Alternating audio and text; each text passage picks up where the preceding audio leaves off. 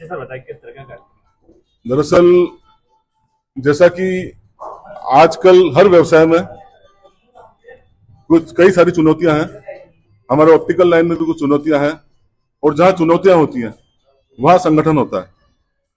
Rajasthan optical association हमारे चश्मा व्यवसायियों का सबसे बड़ा संगठन है और ये निरंतर प्रयास करता रहता है कि किस तरह से चश्मा व्यवसायियों के लिए उनको संगठित करने का कार्य, किस तरह से वो जागरूक हो, उनके ट्रेनिंग सेशंस, ताकि यदि व्यवसाय मजबूत बनेगा तो उसका व्यवसाय मजबूत होगा।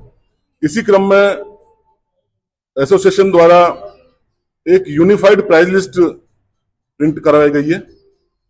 हमारा प्रयास यह है कि जितने भी चश्मा व्यवसायी हैं प्रदेश भर में, वहां रेट्स सेम हो।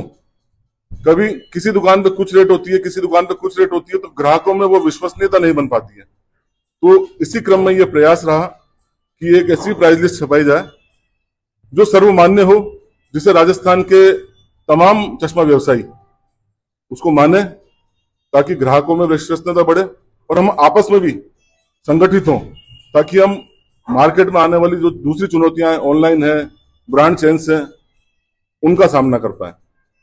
आज का कार्यक्रम मुख्य रूप से उसी प्राइस लिस्ट वितरण के लिए था, जो कि विधिवत रूप से आज कोटा संभाग में वितरण का कार्य प्रारंभ किया जा रहा है।